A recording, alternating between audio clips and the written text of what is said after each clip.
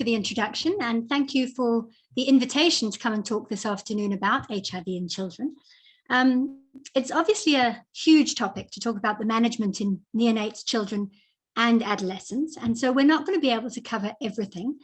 But what I've done is picked out 3 cases in different age groups so that we can kind of look at how we would approach them, how would we initiate them, and hopefully highlight some of the differences between children and adults, because I would imagine quite a lot of you are more used to dealing with adults. And so we'll pick out on some of the things that are perhaps quite similar, but other things that are really very different. So to start with, we'll just look a little bit at how big a problem we have in this country and how we're doing. We're going to talk about testing children, and then we're going to move on to look at a case presentation of the child and look at how we would assess them, investigate them, and start their treatment, specifically looking at some of the new drugs and formulations that are now available and have become available in the last year or so. And then our second case is going to be an adolescent, and we'll look particularly at the issue of disclosure and also talk a little bit about switching to Dogotegiver-Based regimens. And then we'll close off with a neonatal case. So UNAIDS estimates that there are about 310,000 children between the ages of 0 and 14 living in South Africa with HIV. We've had an incredibly successful PMTCT program and dramatically reduced our transmissions down to less than 1% in the first 2 months of life. But that figure goes up significantly if you retest everybody at 18 months. So we are seeing transmissions during that breastfeeding period. And the other issue, of course, is we just have such high rates of maternal HIV and numbers of deliveries in the country that even that low transmission figure still equates to about 14,000 new pediatric infections a year. If we look a little bit about how we're doing, and I'm using 90-90-90, although the move now is towards 95-95-95, but you'll see the trends between adults and children are actually quite different. So most adults in this country, 92% of them, know their status. And about 3/4 of those are on ARVs. So 75% of that 92 means about 69% of the total. And the adults have done very well with viral load suppression, and over 90% of the adults are virally suppressed. So around 64% of the whole HIV positive population are suppressed on ARVs. But in children, we've struggled with the diagnosis and the suppression. So first of all, we're not picking them up. There's a lot of children that we think are undiagnosed in the country. So only about 59% of infections are diagnosed. We're doing really well with getting them onto treatment. So in excess of 95% of those children are on treatment. But then we struggle again when it comes to the suppression. And so in terms of the treatment cascade, only about 65% of children on ARVs are virally suppressed, which means that this figure at the end here, this 38%, means that the majority of our HIV positive children in the country are either not diagnosed or not suppressed on their treatment. So if we think testing is an issue, then let's talk a little bit about testing and who we can test and when and where we test them. I bring in consent because I think for some time consent was a bit of an obstacle to testing. I don't think it is anymore, or at least I don't think it needs to be, but I think for some people consent is still a bit of a problem. So who can consent to an HIV test? A child themselves can, if they're above 12 years. A child younger than 12, in fact, is allowed to if they're deemed to have sufficient maturity. And that maturity is defined as understanding information about the benefits, the risks, the implications of testing, and then can either agree or refuse to test based on that understanding. And then the third option, which is probably the option we're using most of the time, is a parent, a caregiver, or even the head of DSD are able to consent. I think one of the important things in this is the caregiver, because often we see children at clinic without a parent and we're not sure if it's okay to test them or not. So a caregiver, according to the Child Act, is anyone who cares for the child with the implied or express consent of the parent or guardian.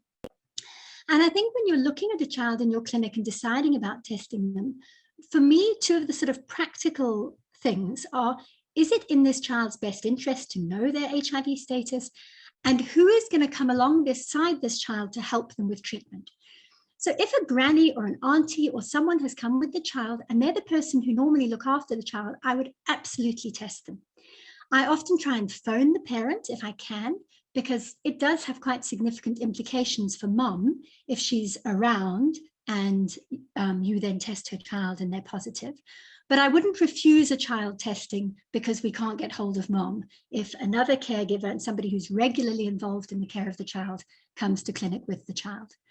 The one I would perhaps not test is if sometimes mom's at work and she sent the child with, you know, a neighbor or somebody who's literally just stepped in for the day. And I think the problem with testing there is you're probably no further forward in terms of actually initiating treatment on this child, because the neighbor's not going to be able to, it's not going to be taking responsibility for the child. So those children, I tend to either try and get hold of mom, or sometimes we'll even give a letter to take home to mom saying, please, can you bring this child in for testing? But I think the point here is that we don't necessarily need a biological parent in order to test the child. In terms of what test we're going to use, so most of you will be familiar with the concept of rapid tests and PCRs, but there has been a little bit of a change in the guidelines in the last few years with the confirmatory test. So as you know, rapid tests and ELISA tests are antibody tests, and they are not reliable under the age of 18 months. And the reason for that is if the mother is HIV positive, she will have HIV antibodies, and they will cross transplacentally to the baby, so that a baby of an HIV positive mother will have HIV antibodies and therefore will test positive on a rapid test, even if they don't have HIV. And that's the reason that under 18 months we use a PCR test, because the PCR test is for actual virus. In most children, those antibodies will have disappeared by about a year, and almost all of them by 18 months. And so beyond that, we're able to use a rapid test. However, there does seem to be a very small percentage of babies or young children who haven't completely cleared their maternal antibodies by 18 months. And for that child, if you only did a rapid when they were 19 months or 20 months, you might pick up mother's antibodies, think that the child is positive, and actually they are negative. And so what they've done now is they've said under 18 months, we only use a PCR. So we use a PCR to screen them, and we use a PCR to confirm them. Above the age of 2 years, we only use a rapid. We'll test them with a rapid, and we will confirm it with a rapid. But between the ages of 18 months and 2 years, we can use a rapid to screen them. It will be reliable for the vast majority of children, but we will confirm with a PCR just to be 100% sure that that child is indeed positive before we start on lifelong therapy. In terms of who to test, I think it does make sense to really think about your high risk groups. So siblings of positive children, children of positive adults, children who you don't know mother's status, whether they've been abandoned or they're orphans, children who are hospitalized or are currently sick. I think those are all high-risk groups who absolutely need testing. But I would actually say that any child attending any healthcare facility deserves at least one test. We know that we're missing children, we're missing well asymptomatic children, and I think we need to increase and ramp up our testing. In terms of when to test, there are very clear DOH algorithms in terms of your HIV exposed babies under 18 months. So we test them at birth, at 10 weeks, at 6 weeks post cessation of breastfeeding, 6 months, 18 months, and any time the child is unwell.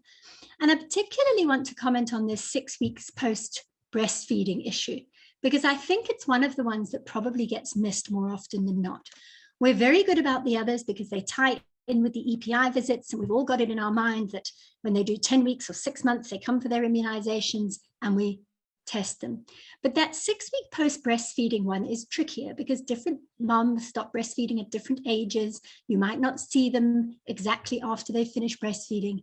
And so it's something I really think you need to be aware of. And every baby born to an HIV positive mother, for those first 2 years, we need to be thinking, when was this child last tested? When did they stop breastfeeding? Could they be positive?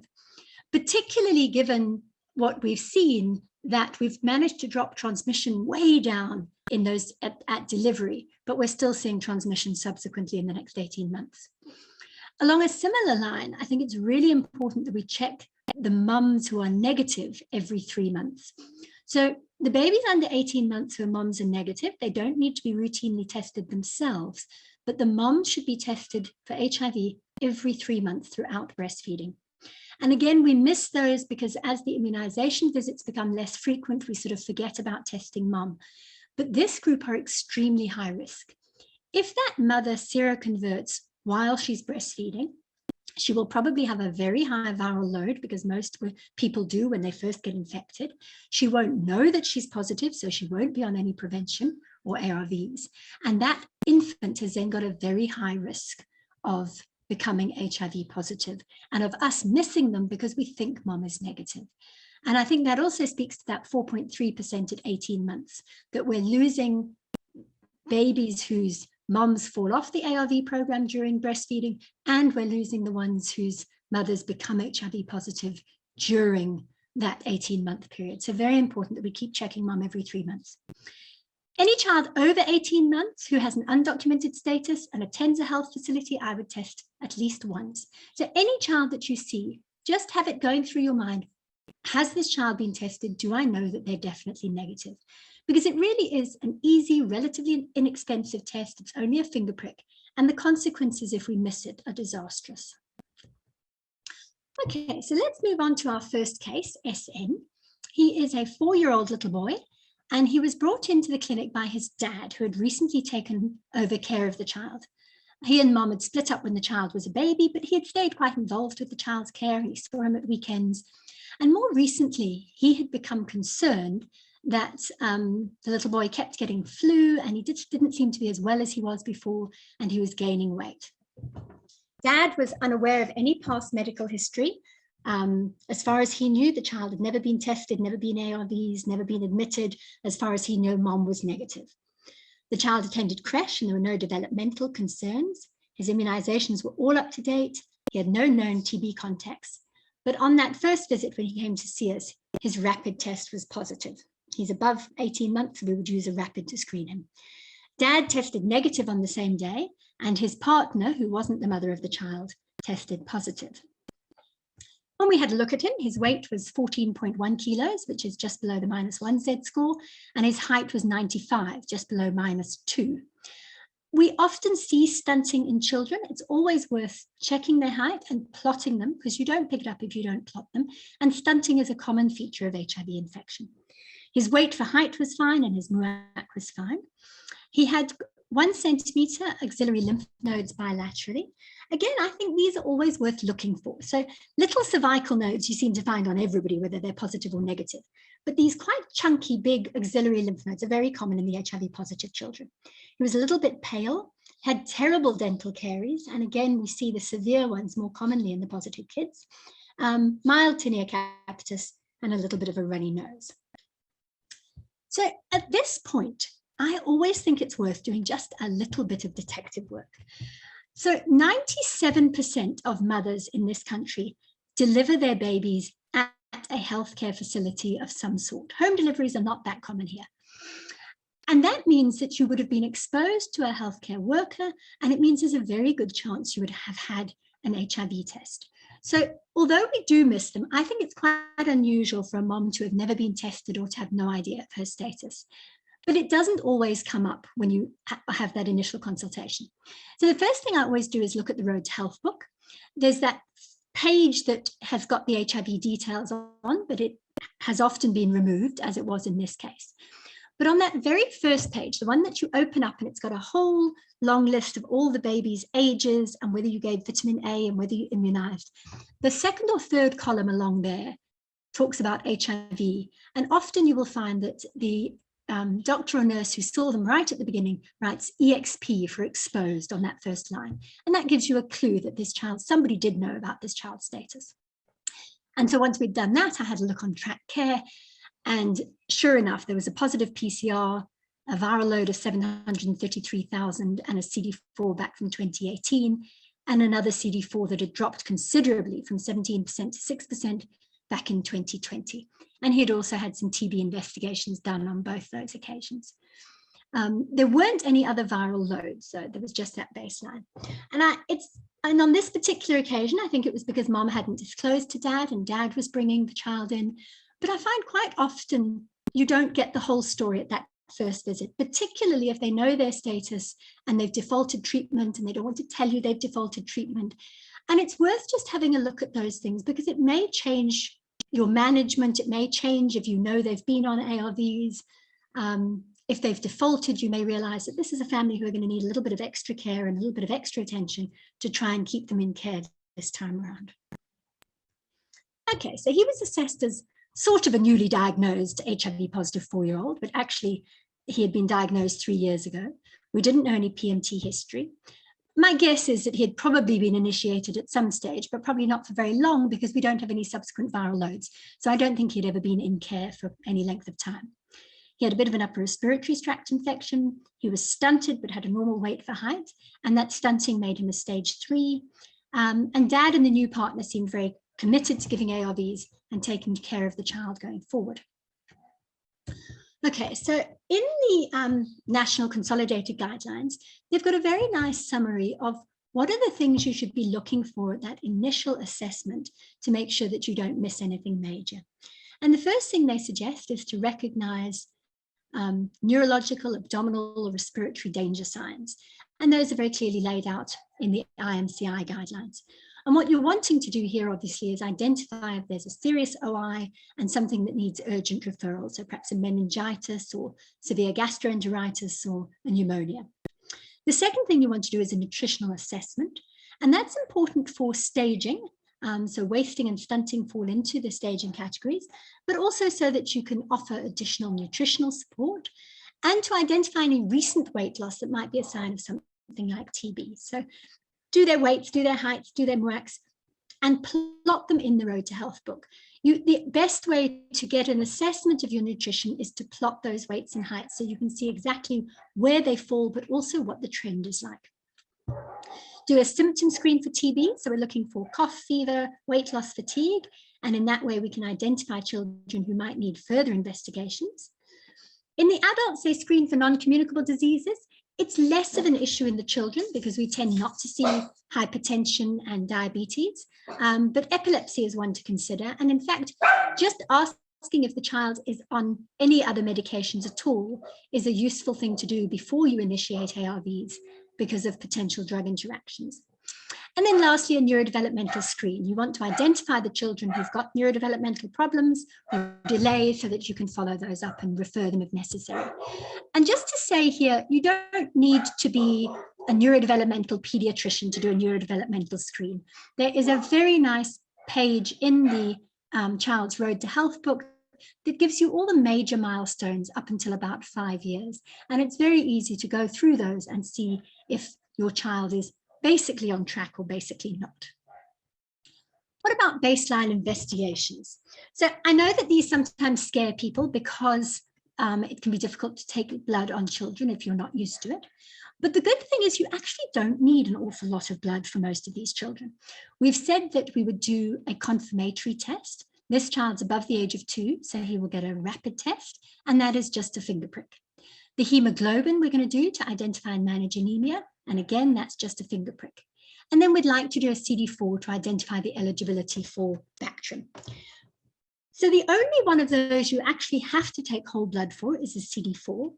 And if you are in a situation where you really, really can't manage to get any blood or you're struggling to get blood, you can start his Bactrim because everybody who's got a stage 2, 3, or 4 needs Bactrim. So it's really only the completely asymptomatic children you wouldn't give it to. And you can do a CD4 at the next visit or when there's somebody available to take blood. So while I would recommend trying to get one, don't delay initiation because you really can't get a CD4. In this particular situation, this little boy's CD4 was 247 or 8%, and he had a mild anemia of 10.8. Okay, so we've now got a young man who has been identified as needing ARVs. He's newly diagnosed. He doesn't seem to have any serious danger signs. We don't think there's any signs of TB. He's normal neurodevelopmentally. What are we going to give him?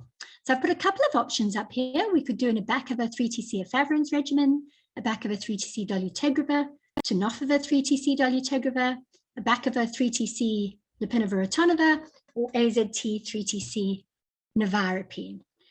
So I think most of you look like you've answered that. And if I have a look at you, almost half of you are spot on with Abacava, 3TC, and Lopinava ritonava. But let's have a little look at why that is indeed the right choice. The correct answer is Abacava, 3TC, Lopinava ritonava. So if we go through some of the other options and why they're less correct, Abacava, 3TC, efavirenz, which I think about 15% of you said as well, would have been the right answer 2 or 3 years ago. But the NNRTIs have now been largely removed from the guidelines for adults and children, and that's because of the high incidence of NNRTI pre-drug resistance. In the adult population, it's now over 10%, and that's why they've switched. One of the reasons they've switched to a Dogotegiver-Based regimen, because the WHO actually recommends that when you've got baseline resistance of more than 10% to a particular drug, you need to relook at your first line. In children, we have a much, much higher incidence of NNRTI resistance because of our use of NNRTIs for infant prophylaxis. So if you have a look at this study that was presented a couple of years ago, you can see fourth along there is South Africa, and you'll see that the efavirenz and the nevirapine resistance, this is in infants, is in excess of 60% pre-treatment. And similarly with the actual mutations, there's K103N and Y181, which are both associated with NNRTI resistance at a very high level. So that was one of the reasons why efavirenz needed to go. If we look at the other possibilities and why we're going Abacava, 3TC, Lopinava ritonava, dolutegravir is now the preferred option for children over 20 kilos. And the reason that we can't use it under 20 kilos is entirely as a result of the formulations we have available. So the 50 milligram tablet is approved for 20 kilos and above. The FDA have approved dolutegravir right down to 3 kilos in 4 weeks. But in South Africa, we don't currently have the 5 and 10 milligram dispersible dolutegravir tablets. And so we can't dose our children under 20 kilos. So we have to use an alternative under 20 kilos. Tenofovir is not an option for a similar reason. We only have a 300 milligram tablet in the country, and that you've got to be 35 kilos for. FDA, again, have actually approved tenofovir right down to 2 years, but we don't have any formulations except the large tablet. The other thing with tenofovir is there is a little bit of concern about bone density, that it may affect younger children, and that we're not in a position to do bone scans or to routinely monitor that on a large scale. So for children under 20 kilos, Abacava, 3TC, Lopinava ritonava is the preferred option. If you have a look at this slide, which is taken from the consolidated guidelines, you can see we're looking at this group here. So above 3 kilos, under 20 kilos, and we're going to give them Abacava, 3TC, Lopinava ritonava. If this child had maybe been 7 or 8 years old and weighed 21 kilos, then we'd have gone for this option between 20 and 35 kilos, and we'd have given them Abacava, 3TC, and dolutegravir. Okay, so this is a very busy slide, and I'm not expecting you to be able to read it in too much detail, but this is just to show you the new pediatric drug dosing chart that was that is from this year. It's from 2021. We had the same drug dosing chart all the way from 2013 until 2020. And that is not because nobody could be bothered to update it. It's because there was simply no new formulations. That for those 7 years, there were no changes in any of the formulations that are available. And it's really quite exciting now that with this 2021 version, we've got several new options available that I think are going to make things a little bit easier. And we'll look at some of those. So the first is over here. This is the Abacava and Lamivudine combination tablet that is not yet available, but it's hopefully going to be by next year. Over here under the Lopinava ritonava, if we move down to a sort of one of these ones, you can see that there is a syrup option and there is a tablet option, which there's also always been, but there's now a new option as well for capsules. And we'll talk a bit more about the capsules just now. The ritonava section has also been updated. So we always used to use ritonava syrup when we were boosting with concurrent TB treatment. But the problem with the ritonava syrup was A, it tasted even worse than Kaletra. But the other problem is it had a very short half-life, and it meant that pharmacies tended not to keep it on their shelves, and we had a problem when we needed to dose children who were on Kaletra with TB treatment. So there is now a ritonavir powder, which has a much longer shelf life. Obviously, dolutegravir has also been added because that's now become part of our first-line therapy for children above 20 kilos. And then the other thing that was added was this atazanavir-ritonavir combination tablet. So currently, if we use atazanavir-ritonavir, we have to use separate tablets, but there is a combination one that should be available fairly soon. Also, just to bring your attention, if you've never seen it before, to this nice little table down here at the bottom right, which gives you the Cotrimoxazole doses. I haven't put it on here, but if you have a look at this on the national guidelines, you will see that there is another page to it, or a back-to-back page, which actually goes through each of these formulations and which ones can be crushed and which ones have to be swallowed whole and that sort of thing, which is very useful. I've been doing this for years and years, but I still have printed out the new one, laminated it, and put it next to my desk at work. You can't remember all this stuff. And especially for those of you who are doing adults as well and are alternating adults and children, you can't remember it all. Don't even try. Laminate one of these and have it available all the time. Okay, so what I've done here is I've just taken this little section over here. Our child is 14 kilos. And I've just taken that section there so that we can highlight that a little bit and see what we're going to give him. So here he is, here we are. We look on the left-hand side at the weight and there's our 14 kilos. This first one is a Bacava. And if you first look at this, it might initially appear a little bit confusing because even though we've got 14 kilos, we've got a Bacava, we've now still got half a dozen options. But it's not actually as complicated as it looks. So this first section here is twice a day. And this second section is once a day. And then here you've got the option of syrup or tablets. And here you've got the option of syrups, big tablets, or little tablets. Similarly, in the Lamivudine section, you've got twice a day or once a day, syrups or tablets. And over here for the Alluvia, which lopinavir-ritonavir, which we said we were going to give him, we've got an option of syrups, capsules, little tablets, or big tablets. So really what they've tried to do here is give you options depending on your individual child, what they can swallow and what they can manage so that you have different possibilities. You can see here that these new dispersible Abacava 3TC tablets are going to be very nice. Instead of this whole complicated, do I give it once a day, twice a day, big tablets, little tablets, you're going to have one option that is able to carry you right the way through from 3 kilos to 25 kilos with these dispersible tablets. So if we look at the sort of principles, if you've got your weight, you know what drugs you're choosing, and now you're trying to decide which of those various options to do, what are the questions you're going to ask yourself? Because the first thing is, can the child swallow tablets? And I normally ask if they ever have. You'll quite often find a child who mom will say, oh, whenever he's got a headache, I give him a Panado tablet and he can manage that fine. Or I went to the clinic last week and they gave me some antibiotic tablets and he swallowed those fine. So if he's had tablets before, your life is easier and you know that they can do tablets. Most children somewhere around about 4 or 5 can swallow tablets, but it really is variable and they need to practice. I think the youngest child I've got taking tablets is just turned 3, and the oldest child I've got on syrups is about 9 or 10 because they just refuse to take tablets. So you've got to look at the individual child and see what they're willing to do. If they are able to swallow tablets, it's definitely easier. You don't have any refrigeration issues. They have less packets and bottles of medication to take home. And it's easier for mom to be able to hand the child a pile of tablets to swallow than to be measuring everything out with a syringe. Once a day is always the preferred option if you can.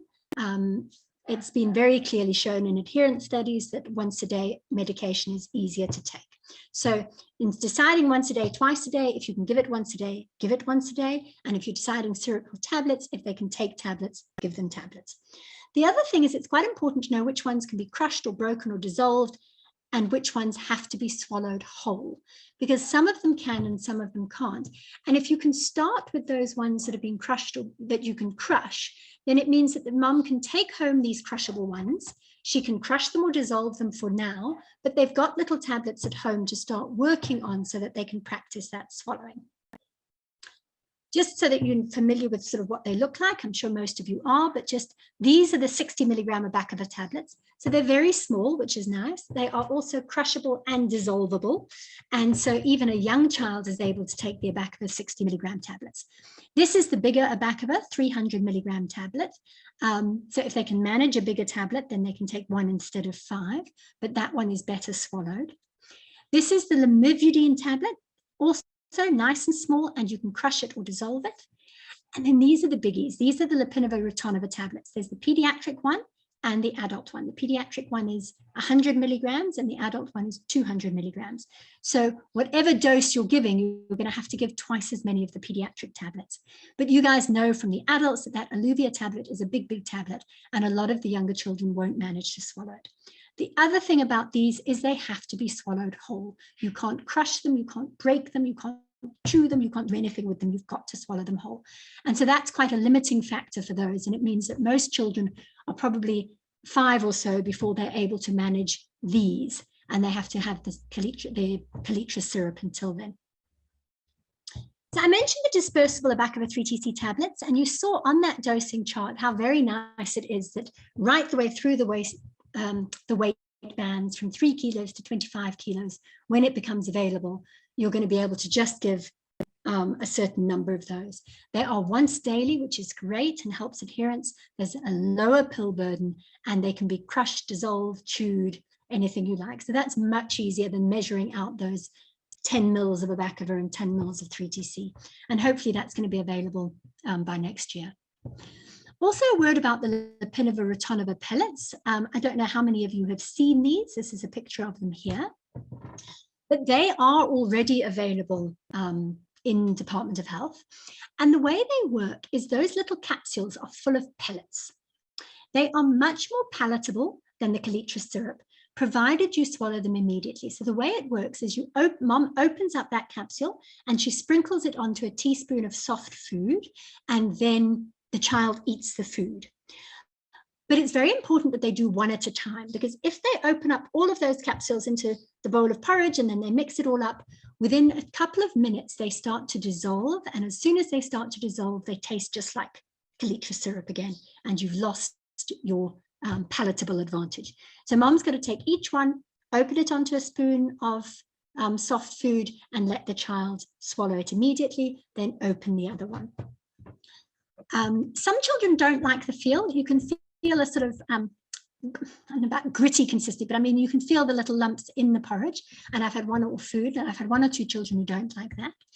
The other problem with it is that each capsule is only 40 milligrams. So effectively 1/2 ml of Lopinavir-Ritonavir. And so you've got to give multiple capsules and it's still BD dosing.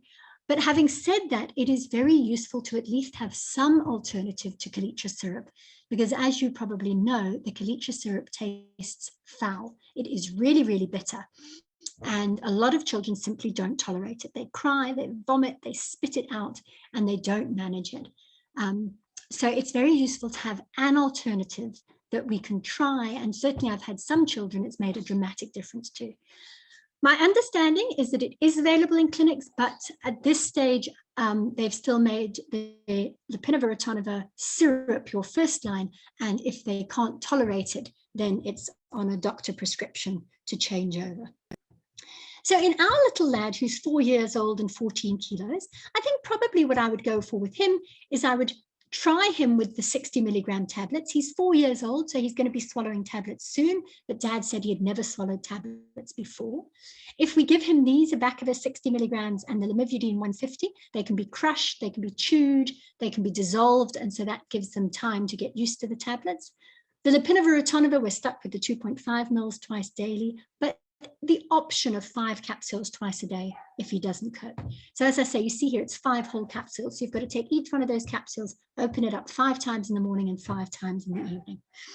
And then the hope is that if he's already 4 and they initially can crush those tablets, they've got the tablets at home, they can practice swallowing. And once he's able to swallow easily, you'd be able to switch him to the pediatric Lopinavir-Ritonavir tablets.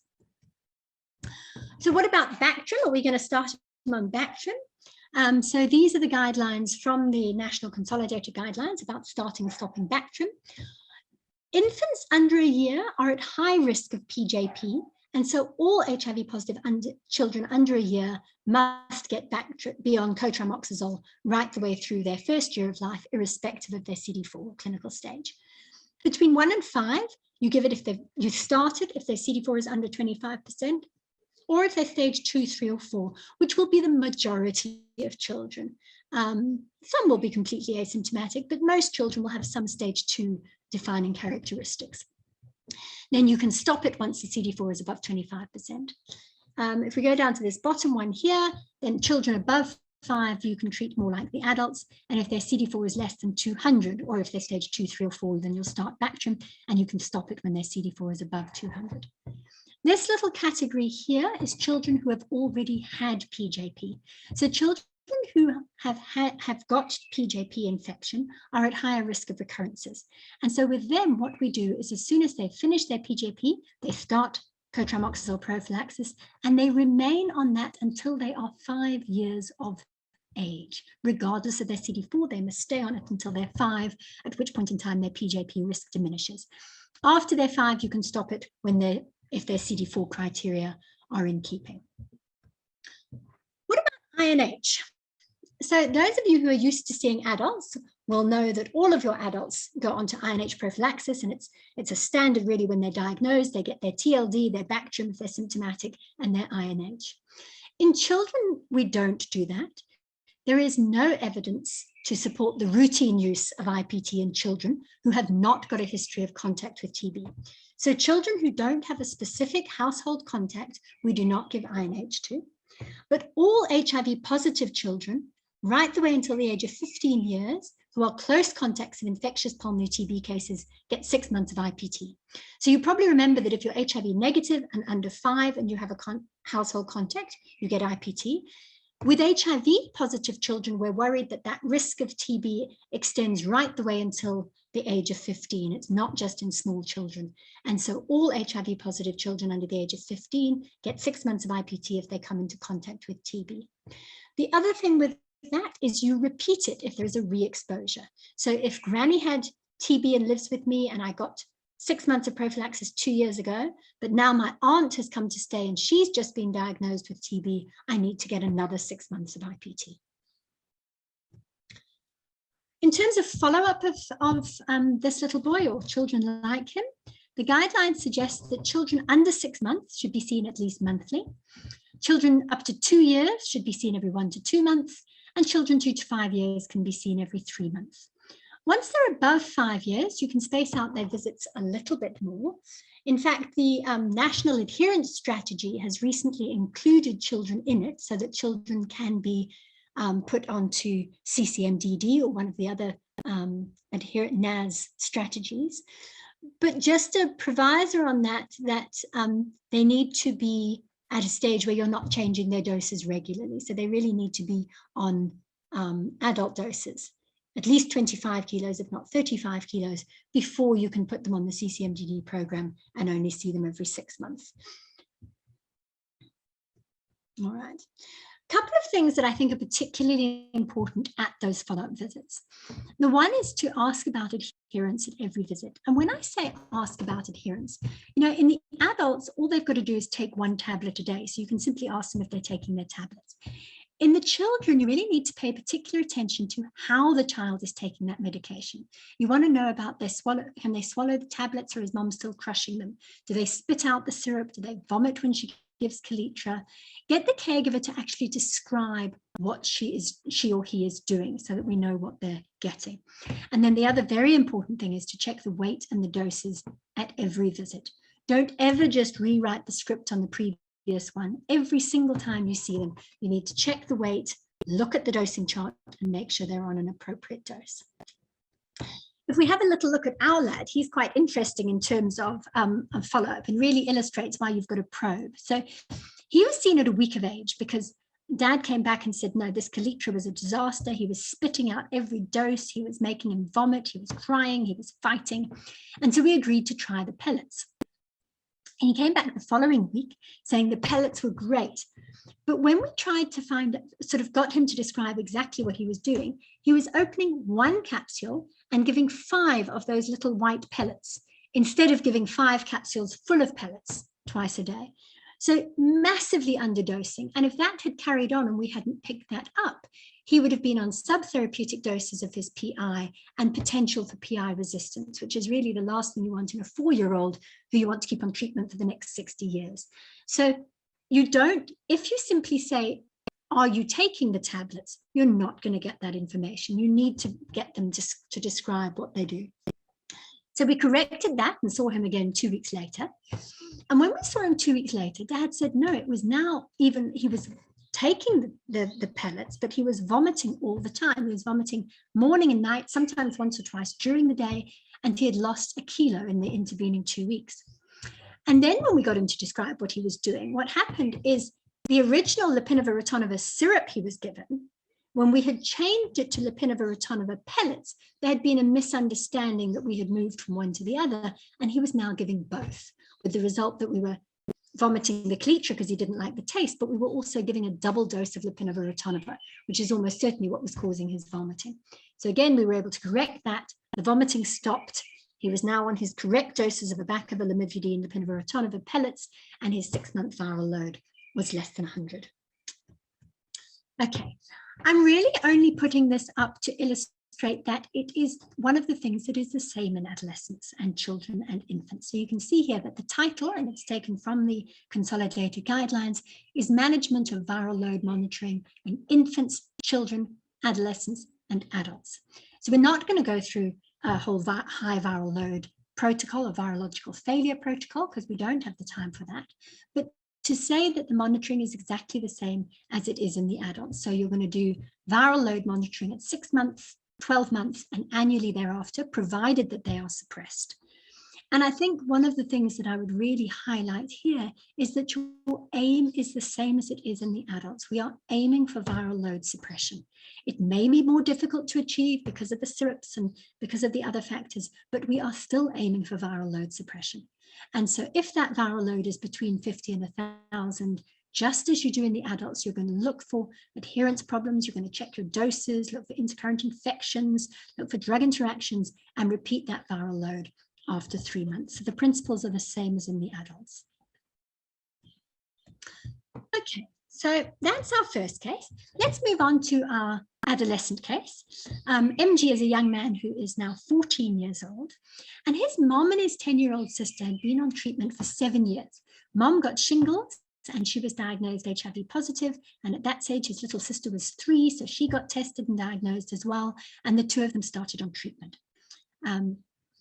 MG was 7 at the time, and the clinic sister suggested that Mom brought him in for testing, but you know, he was always well and he was at school when Mom came for her visits, and so she'd never quite got round to it. And then when he was 14, they moved to a new clinic and the staff there started nagging and raising it again, and so she decided it was time to bring him in for testing. His weight was 38 kilos, height 149, he had normal BMI, systems were completely normal, there was nothing to find, and he had never been sick, and he was in an age-appropriate grade at school and coping well. But his rapid test was indeed positive. And I really think the message here is you do not know unless you test. We've had children right up to 15, 16 who've been vertically infected, and there's very little sign of it. Often they are stunted, often they do have problems at school, but not all of them do. And you will not know unless you test. And I find time and time again, I've got mothers of young children, and I say to them, you know, how many children have you got? And they'll tell me they've got a 14-year-old or a 15-year-old, and they'll say, oh, but he's fine. And you'll say, yes, but has he ever tested? No, he hasn't tested, but I know he's fine. Really try and persuade Mom to bring those in. She may be right, they may be fine, but until you test, you don't know. In terms of investigations, very similar to your young child, you're going to do a confirmatory HIV test, but this time it can obviously be a rapid. You're going to do an HB to identify and manage anemia. You're going to do a CD4, and you're going to do a creatinine. Okay, so let's have a look at this young man and what regimen would you like to start him on? You've got options of tenofovir, FTC, and efavirenz, tenofovir 3TC and dolutegravir, Abacavir 3TC, lopinavir-ritonavir, Abacavir 3TC, dolutegravir, and AZT 3TC, nevirapine. So what are your thoughts on that? Can we start the poll, Monica? Thanks. Okay, so too easy for you. 2/3 of you are absolutely spot on. A couple of you wondered about a back of a 3TC dolutegravir, and a 10% or so of you wondered about a back of a 3TC lopinavir-ritonavir, but 67% of you were spot on with tenofovir, 3TC, and dolutegravir. So if we have a look at why we would make that choice, if we look at this original slide that looked at the regimens, you can see here that above 35 kilos and above 10 years of age, we can transition to the adult and adolescent regimens. So as you rightly suggested, at this age, at 14 and 38 kilos, we can go to tenofovir, lamivudine, and dolutegravir. Okay, so here we are. If we look at, as I say, above 35 kilos and 10 years, we can now use the TLD option. And as you know from the adults, it's 1 tablet once a day. It gives excellent virological suppression. It's got an excellent side effect profile and a high barrier to resistance. We have to wait to 35 kilos because, as we mentioned when we looked at the individual drugs, tenofovir is in the combination here, in the TLD combination, your tenofovir is 300 milligrams, and you can only use that in children above the age of 10 and above the age of 35 kilos. So in terms of his medication, he's a whole load easier than our little 4-year-old, but there may be other barriers and other things we need to consider. Next slide. Okay, so the first thing is looking at renal function. So because we're starting tenofovir, we need to do a creatinine, and we need to make sure that his renal function is normal before we start that tenofovir. In the adults, when you get your creatinine result back, the lab will automatically have made an approximation based on the creatinine, and they will tell you that it's more than 60, and you then know that it's safe to start your tenofovir. Children are a little bit different for 2 reasons. The first is over here that we need to use this Cunahan-Barrett formula. And the formula is on the right there, and it's not a complicated formula. It's height times 40 divided by your creatinine. And the acceptable level for tenofovir use in children between the age of 10 and 16 is 80. So we want a higher GFR before we're willing to use tenofovir in this age group. So your one that comes back from the lab, usually in fact under 18, the lab won't calculate it for you at all. It won't appear on that lab form. But even if it does, they don't have the height and they can't work out that it's more than 80. So you need to do it yourself. So children under the age of 16, take that creatinine, do their height times 40 divided by the creatinine, and make sure it's above 80 before you start. Well, check. In fact, we will start TLD same day, and most of these children will have normal renal function. But when you get that creatinine back, just make sure that it is indeed above 80. Next slide, please. Okay, so then the second issue that I think is quite an important one that's specific to pediatrics and that we need to talk a little bit about in a 14-year-old is the issue of disclosure. And as many of you who've tried to deal with this are probably aware, the caregivers and parents are often very reluctant, and they will have a multitude of reasons why they don't want to disclose the child's status. One of the big ones is this fear that the child's going to fall apart completely and be depressed or have a very negative reaction, or maybe they don't feel the child's old enough to deal with that sort of information. They're often scared that the child's going to disclose to a third party, that they won't understand that this is confidential information, and they'll tell their best friend or the neighbor or the teacher. And the other concern is, I've had quite often from parents, is they're going to blame me for giving them this illness. Next slide. However, the studies actually suggest completely the opposite, and that in terms of children's psychology, children who've been disclosed to have a better self-esteem, they have less emotional difficulties, less behavioral difficulties. They're often more motivated and have better adherence to their medication. And the other thing is, once they know, then you have the opportunity to put in place psychosocial support or peer support groups. One of the other things that I think is quite interesting is studies have actually shown that there is less depression in parents who have disclosed than parents who have not. And I've certainly seen families where there's such enormous anxiety about telling the child, about the child finding out, this whole sort of secrecy and deception to make sure they don't find out, and then this enormous relief when they finally actually tell the child, and it often turns out not to be as big a deal as they thought it was going to be. Next slide. Okay, so key concepts that I have found to be important in the disclosure of things that I've done. And I think the first thing for me is that healthcare workers have to be an integral part of the process. I don't necessarily believe that healthcare workers are always the people to give the HIV diagnosis. There are doctors who and staff who think that they should and think that that's the responsibility of the doctor. I think it's variable, and I've had parents who are very happy to do it and want to do it, and it's been important for their relationship with the child, and I don't have a problem with that. But even if the healthcare worker is not the person who says you have HIV, they are always part of the process. Parents need to be guided through this process. So healthcare workers need to encourage the parents, to support them, give them a framework for talking about the disease because they really don't know where to start. Explain why it is so important. So explain those psychological benefits of disclosure and use the clinic visits to educate parents and children about the disease. And that education really is key. I think one of the things that is most important is that disclosure is a process. It's not a one-off event. It's not about sitting down and saying to the child, you've got HIV. It's a process of ongoing discussions about the disease as the child matures. You know, if you think perhaps about conversations you may have had with your own children about things like sex education, you don't tell them the whole lot all in one go at a particular age when you have a conversation.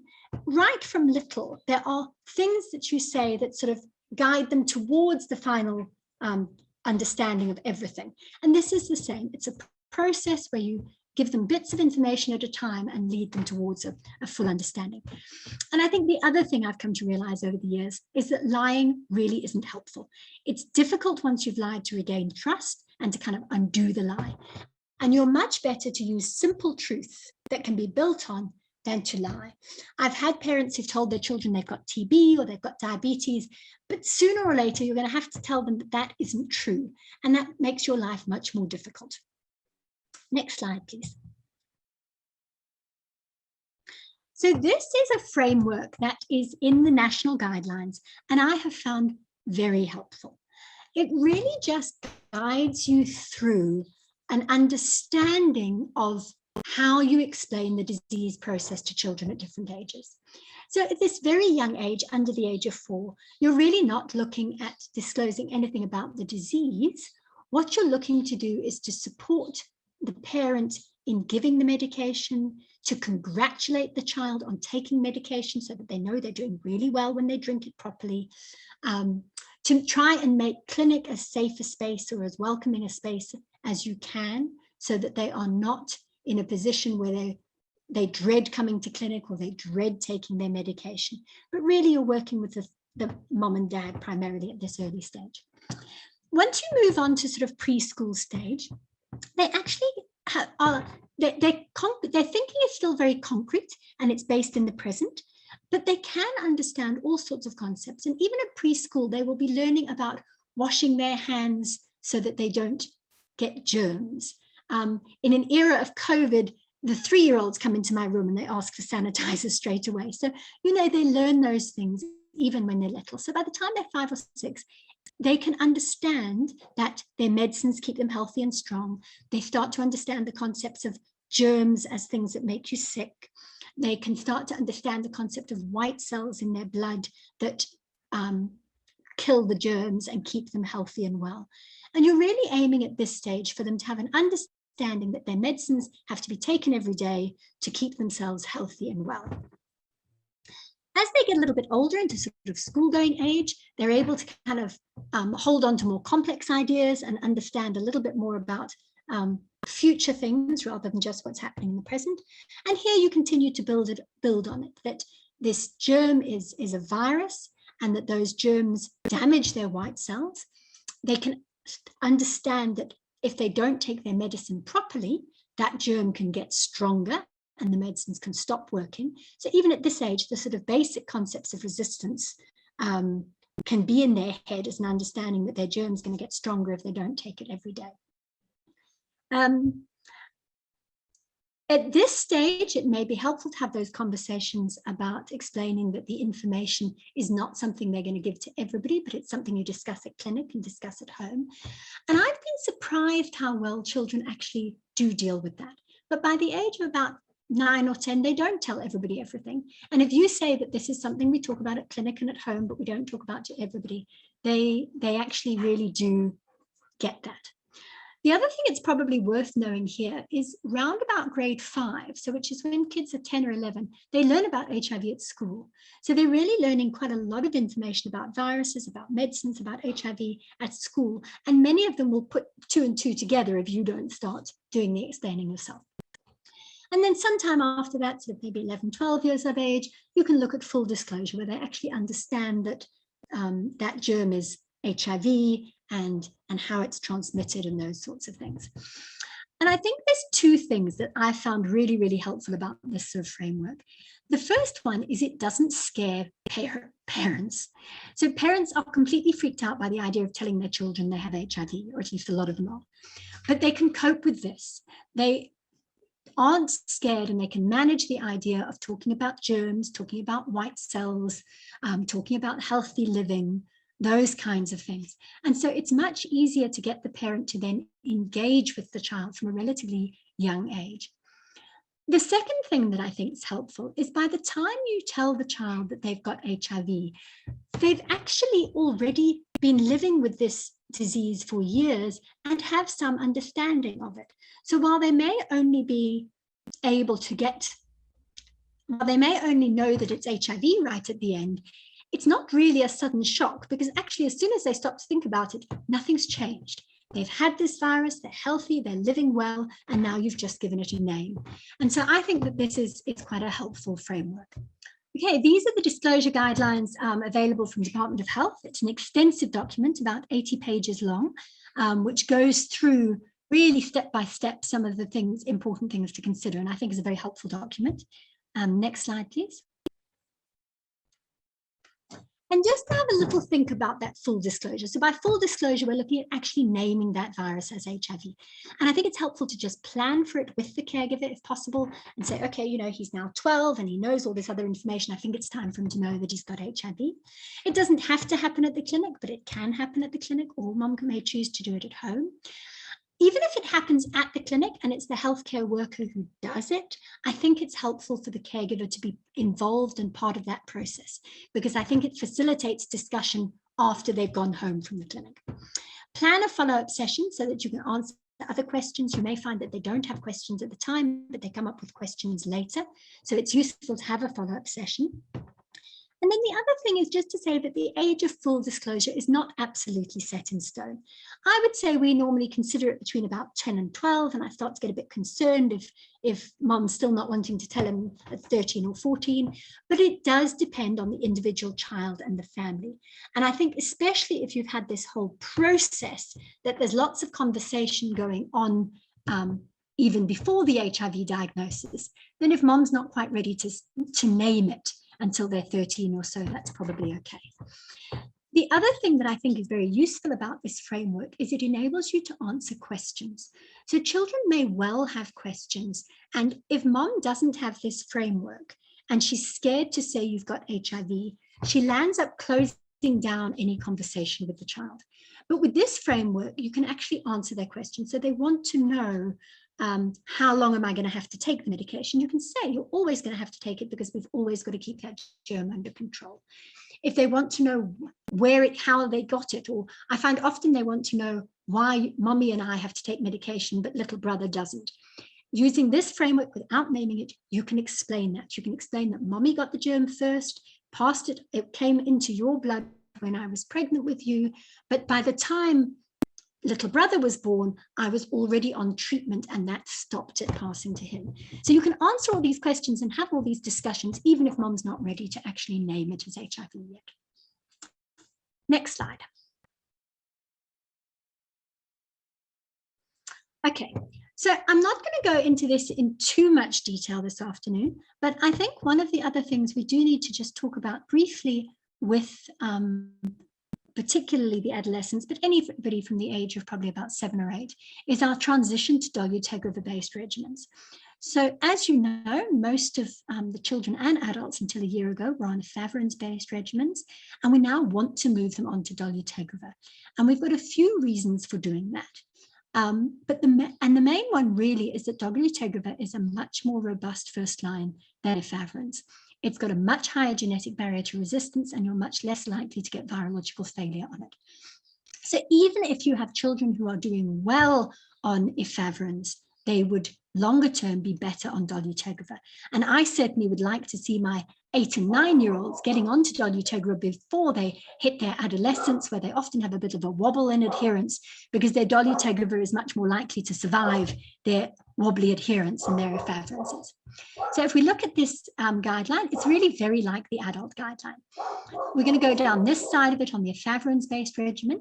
So if you have a child who is on an efavirenz-based regimen and they weigh more than 20 kilos, and their viral load in the last 6 months is less than 50, then they are eligible for switching over to Dogotegiver. If they are between 20 and 35 kilos, then what you will do is you will keep the Abacavir 3TC backbone and exchange the efavirenz for Dogotegiver. And remember, the reason for that is we don't want to use tenofovir under 35 kilos because that TDF dose is too high for them. Once they then get up to 35 kilos, you can switch them on to TLD if they're still suppressed.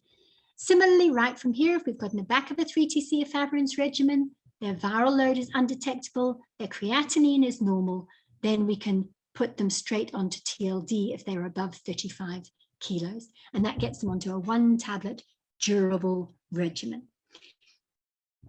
This middle bit is also the same as the adult guidelines, that if you are on an Abacavir 3TC efavirenz regimen, you're more than 20 kilos, and your viral load is between 50 and 1,000, our worry here is, what if you are developing resistance and I'm going to do a single drug switch effectively from efavirenz to Dogotegiver?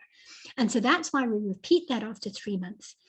If it is still below 1,000, then our argument is really that there is unlikely to be significant resistance, so let's switch them on to Dogotegiver. And I would argue that this group, where it's kind of maybe 200, 300, are especially the ones you want to get onto Dogotegiver. Because if you leave them on their efavirenz-based regimen and they're sitting at 200 or 300, you've got a high risk of full-on virological failure and having to go to second line. So these guys you've proved that they're probably not resistant yet, or there's not significant resistance yet. You've got 2 viral loads under 1,000, get them onto Dogotegiver. If they're under 30, if they're between 20 and 35 kilos, you're going to go back of a 3TC Dogotegiver. If they're above 35 kilos, you can go straight to TLD. Obviously, if that viral load is above 1,000, then we're going to be looking at a whole virological failure algorithm and looking at whether they need to go onto second line. In the guidelines as well, you'll see right at the top here, is they also talk about adolescents and children who are on a first-line lopinavir-ritonavir regimen. So remember, because we've been using lopinavir-ritonavir under the age of 3 years for many years now, you may have 7 and 8-year-olds who are still on lopinavir-ritonavir, or even 9 and 10-year-olds who are still on lopinavir-ritonavir, and it is their first-line regimen. All they've ever been on is a Abacavir 3TC lopinavir-ritonavir. But they are now more than 20 kilos, or maybe even more than 35 kilos, and potentially eligible for a Dogotegiver-based regimen. The principle is the same, that if they are virally suppressed and they're above 20 kilos, they can go back of a 3TC Dogotegiver. And if they are above virally suppressed and above 35 kilos, they can go TLD. If they have that viral load in that middle category between 50 and 1,000, then one would want to repeat it and be sure. I think the one caveat I would sort of make to this is I would be marginally, although it is in the guidelines, I would be slightly more cautious with these kids if they have got a history of high viral loads in the past. So if they've always been suppressed, not an issue at all, you change them just like you changed the efavirenz group. But some of these kids who are on a first-line lopinavir-ritonavir struggled for a number of years. They struggled with the calichrosuric, they vomited it, they had lots of high viral loads, and then they got onto tablets and they managed to suppress. And I have a little bit of concern with these guys, that we know through the EARNEST trial that even if they are resistant to Abacavir and 3TC, they may be able to suppress on a PI-based regimen. At this stage, we don't know yet if that is true on dolutegravir. There is evidence coming through from the Nadia trial and some others that it might also be true, that you can suppress on a dolutegravir-based regimen, even if your NRTI backbone is resistant, but we are not completely sure about that at this stage. And so I would be a little bit cautious about these guys. If they're on efavirenz, no problem, change them to dolutegravir if they're suppressed. If they've always been suppressed on lopinavir-ritonavir, change them to dolutegravir by all means. But if they have had one of these rocky histories with lots and lots of high viral loads on lopinavir-ritonavir, I would suggest just discussing it with somebody first before you switch them over to dolutegravir.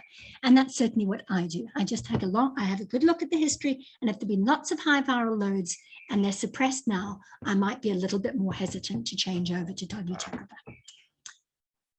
But certainly, efavirenz-based regimens, get them off their efavirenz.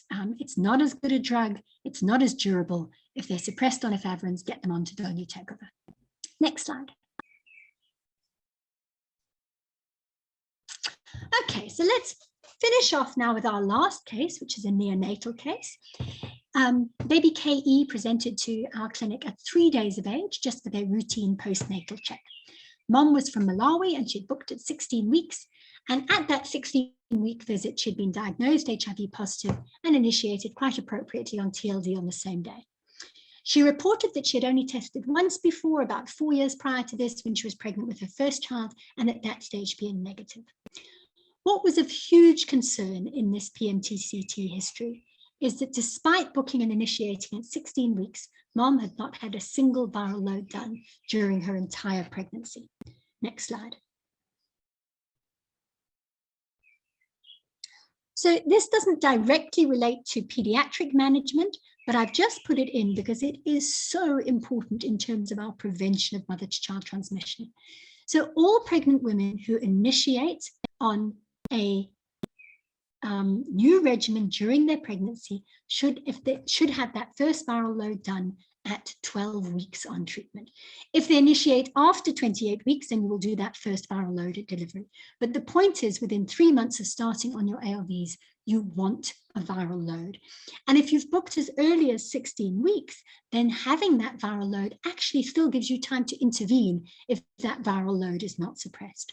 So I think for those of you who look after pregnant women as well as children, the key message is that viral loads in pregnancy are so important. They are an emergency. At no other time do you have the urgency that you do in pregnancy. Any other time, if you wait a month or two here or there, probably you are not going to change outcomes. But a month or two for a pregnant woman can make all the difference in the world, because dolutegravir is able to suppress your viral load in 4 weeks. And if that viral load is suppressed at delivery, you massively reduce the chance of having an infected baby. So every pregnant woman who's positive, you need to be looking at viral loads and doing everything you can to make sure that viral load is undetectable. Next slide. Okay, so this little one whose mom had booked at 16 weeks, the baby was a normal birth at their local midwife obstetric unit. They weighed 2,600 grams. There were no complications. Mom and baby were discharged the same day. Unfortunately, breastfeeding hadn't been established by the time they left the MOU, and Mom didn't feel very confident, felt she didn't have enough milk, and so she actually started formula feeding within the first 48 hours, or mixed feeding, in fact, within the first 48 hours. At that 3-day visit, when we saw the baby's birth PCR was not ready yet, but Mom's viral load at delivery was 26,330. So very worrying indeed. Baby had been appropriately started on high-risk prophylaxis at the MOU, and so we continued on that AZT nevirapine, and we asked them to come back in a week, by which time we hoped the PCR would be ready. Next slide. So just a little note about the neonates and high risk. I'm sure you're aware of this, but remember that a high risk mom is any mom who does not have a suppressed viral load in the last 12 weeks. So if she has no viral load at all, she's high risk. And if she's got a viral load above 1,000 in the last 12 weeks, she's high risk. And that makes that infant a high risk infant, and therefore they must get dual prophylaxis. So they must get 6 weeks of AZT and at least 12 weeks of nevirapine. So this little baby was on AZT and nevirapine because the MOU had picked up that there was no viral load in the preceding 12 weeks. We obviously then continued with that because we now, on top of that, had a viral load at delivery of 26,000. Next slide. When the baby returned to us a week later, so baby was now 10 days old, unfortunately that birth PCR was indeed positive. The baby looked well, there were no reported problems. Mom had now given up trying to breastfeed at all and was formula feeding, unfortunately. But having said that, the baby was gaining weight, was now 3 kilos and had a completely normal clinical exam. Next slide. Okay, so in terms of baseline investigations, once again, we're going to do that confirmatory PCR. We need a second PCR to confirm the diagnosis. And it is very important that you take that confirmatory PCR because we're now initiating babies who are completely well, they've got no signs and symptoms, and they are going to be on ARVs for the rest of their life. You want to know that you've got the right diagnosis. And once they're on treatment, it becomes more difficult to confirm the diagnosis because their PCR can revert and become negative. If they've been on treatment since birth, they may never develop antibodies, so their antibody tests will be negative. So it really is important that you take that blood right at the beginning and make sure we have a confirmed diagnosis. We're going to do an HB, a CD4, and an ALT. Next slide. Do we wait for those results to initiate? Absolutely not. So although we do a confirmatory PCR, and it's important that we chase up that result, the reality is that the majority of PCRs that are positive are true positives, and it's very important that we initiate infants as early as possible. They are at high risk of opportunistic infections, and we want to suppress that viral load as soon as possible so that we minimize that risk and we maximize their normal growth and development. Next slide.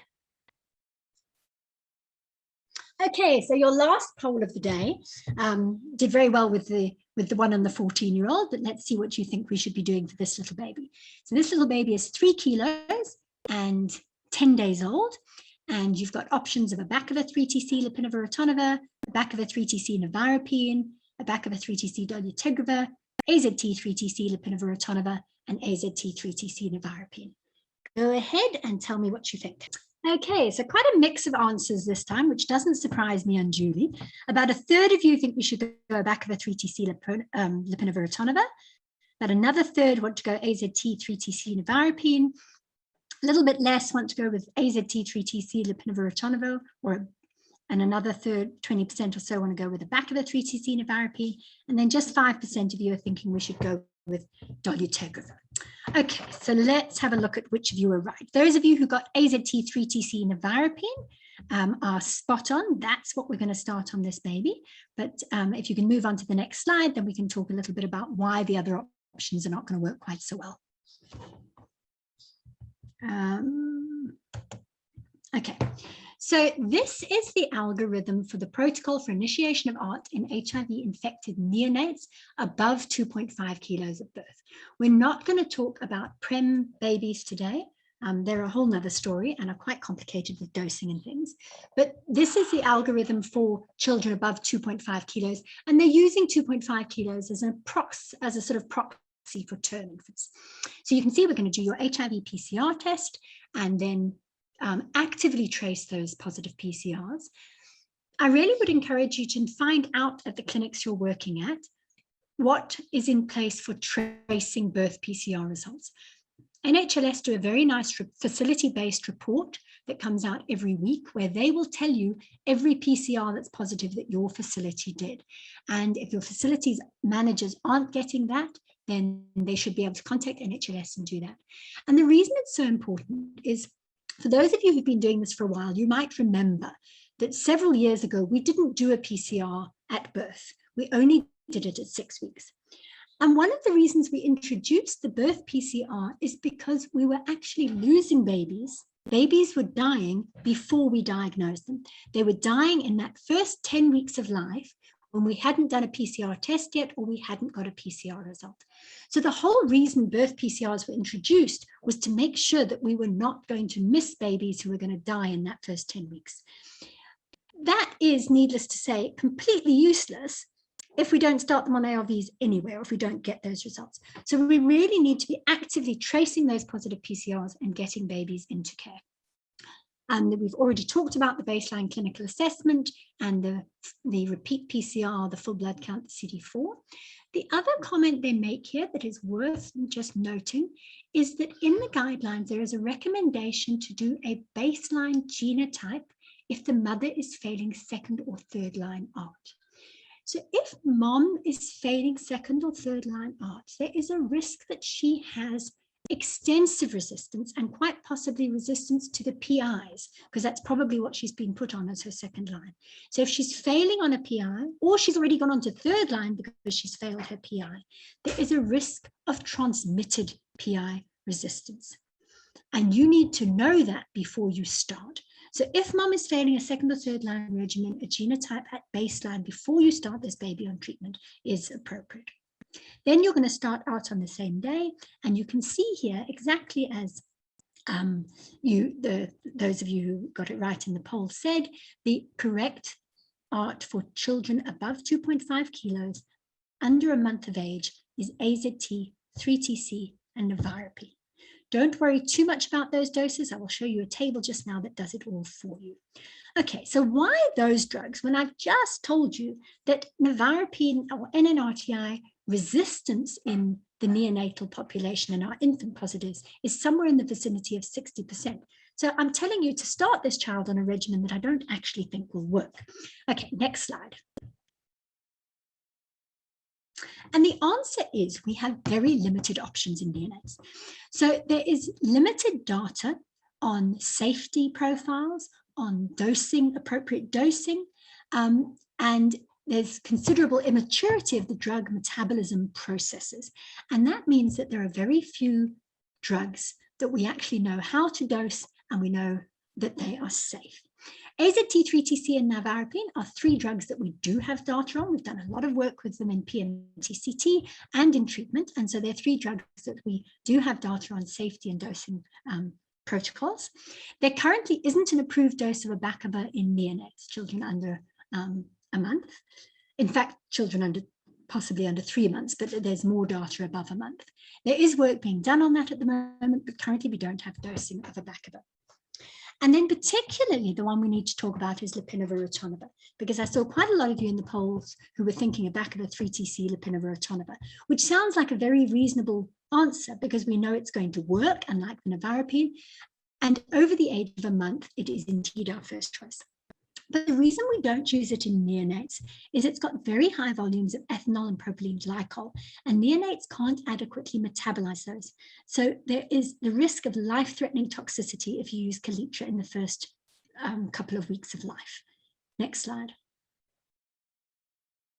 The way that toxicity presents is with respiratory depression, CNS depression, horrible cardiac abnormalities like heart block and bradycardia, and renal failure. And it's got a significantly higher incidence in preterm infants. So in fact, the recommendation is that you do not use Kaletra under 42 weeks corrected gestational age. So all your preemies are not allowed to have it until they are 42 weeks corrected gestational age, and even your term infants mustn't use it for the first 2 weeks of life. Okay, in our guidelines, what we've done is extended that a little bit to 4 weeks of life, because we've said that infants above 2.5 kilos. So some of those may well be 38 weeks or 39 weeks. So it seems safer to say for those 4 weeks, we won't use lopinavir-ritonavir. Next slide. Here is the dosing all worked out for you beautifully, so you don't have to do it. This is in the guidelines as well. So from birth to 28 days of age, if they weigh more than 25 kilos, then you're going to give them your AZT, lamivudine, and nevirapine on this dosing schedule. If you look at the middle one there, more than 3 kilos and less than 4 kilos, that's what we will be giving our little babies. We'll be giving them 0.8 mils BD of lamivudine, 1.5 mils BD of Zidovudine, and 2 mils BD of nevirapine. Just to note, I mean, it may be obvious to you, but you must give mom syringes to do this and to work it out. A teaspoon or half a teaspoon is not equivalent to 0.8 mils or 2 mils or 1.5 mils. So she needs to have a syringe, and she needs to be shown how to draw up those volumes so that she knows what she's doing. Next slide. If we go back then to the algorithm, so we've started them, you can see in the middle there where it says start ART on the same day, we started them on that AZT 3TC nevirapine. We've had a follow-up at 1 week of age. We want to make sure that they're taking the treatment properly, and we're going to check all those blood results. If the confirmatory PCR is positive, then you're fine to carry on track. If it is negative or indeterminate, there is a whole algorithm for that in the PMT-CT guidelines. But broadly, what you would do is carry on with your treatment and send another PCR and a viral load to the lab. I normally also phone the lab and talk to them about it because they're often very helpful. You're going to review them again at 2 weeks and carry on with their counseling and check their weight, but don't worry to increase the doses in these first 4 weeks. So those doses cover a reasonable weight band, and the doses you started on are fine for the first 4 weeks. Then at that 1 month treatment visit, that's quite a major visit for this little baby, because you are now past that early risk of lopinavir-ritonavir toxicity, and you want to get them onto a proper suppressive regimen, because we know that nevirapine is kind of holding them, but it's probably not going to suppress their viral load, or certainly not for long term. So at that 4 week visit, you are going to change their AZT to abacavir, because we're happy with the dosing above 3 kilos and above a month, and we're going to change that nevirapine to Kaletra. You can then use the standard national DRH, that dosing chart that we looked at earlier has dosing from 3 kilos. So as long as they're above 3 kilos, you can switch the AZT to abacavir, the nevirapine to Kaletra, and carry on. If they are still below 3 kilos, then we don't have any abacavir dosing. So if they're still below 3 kilos, you can switch the nevirapine to Kaletra at 1 ml BD. You can increase their dose of AZT and 3TC, but you can't switch them over to abacavir yet. But I would just say, if they're still less than 3 kilos, you need to have a little think about whether there's something else going on and about whether you need to refer them, because a baby who's more than 2.5 kilos at birth should be more than 3 kilos by 4 weeks of age if everything's going well. That abacavir, lamivudine, lopinavir-ritonavir is then the regimen that they are going to stay on all the way until they are 20 kilos, going up progressively with your weight bands to make sure you keep on checking their dose, and obviously reviewing them regularly until you do that viral load at 6 months. Next slide. So that those little ones, just to remember that that first month visit is very significant. You need to adjust their doses and their drugs. Thereafter, you're going to keep on monitoring their weight and adjust their doses. Remember their immunizations. It's very easy, I find, to get so wrapped up in their HIV management that you forget that you need to be doing all the things you would be doing for normal babies as well. So HIV positive babies get all the routine immunizations exactly as per the EPI.